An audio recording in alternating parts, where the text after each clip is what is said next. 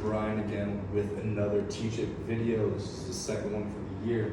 Today we're going to be going over the problem if N union A equals 4, if N union B equals 5, and N C equals 6, what is the greatest and least number of elements possible in each of those? So we're going to start off with A. So A union B union C.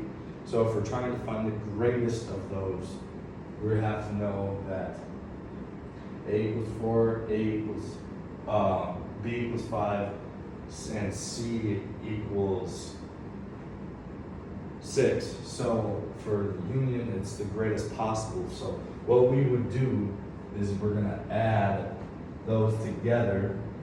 So if we're adding 6 plus 4 is 10, and then 10 plus 5 equals 15. So that would mean the greatest, the greatest would equal 15. And if we're going with the least number, it would be 6, because that is the most that it could be throughout all this. 1, 2, 3, 4, 5, 6. So the least common number within all of these would have to be 6. So I'll just go least equals 6.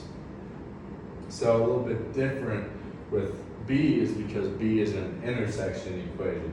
So with B, the greatest value for all these, because they also cannot be, they don't have to be equal. So it would have to be 4, because in this case, these don't have to meet up with this. This doesn't have to meet up with that. So the least common, or the greatest common, would have to be 4. So for B,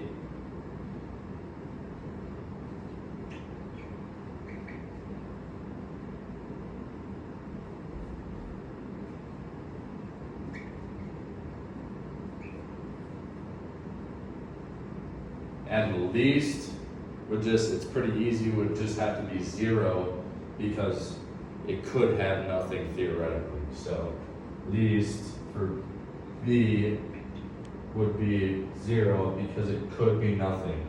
Again, the union is you have to find all common.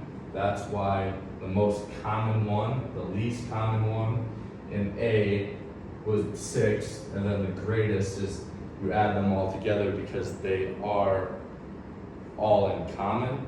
And for the intersection, for what we got down here, it's all elements common to A and B. So C would have to be 4, and the least would have to be 0, because again, it could be nothing. So thank you. It's been Brian Radish for Math222.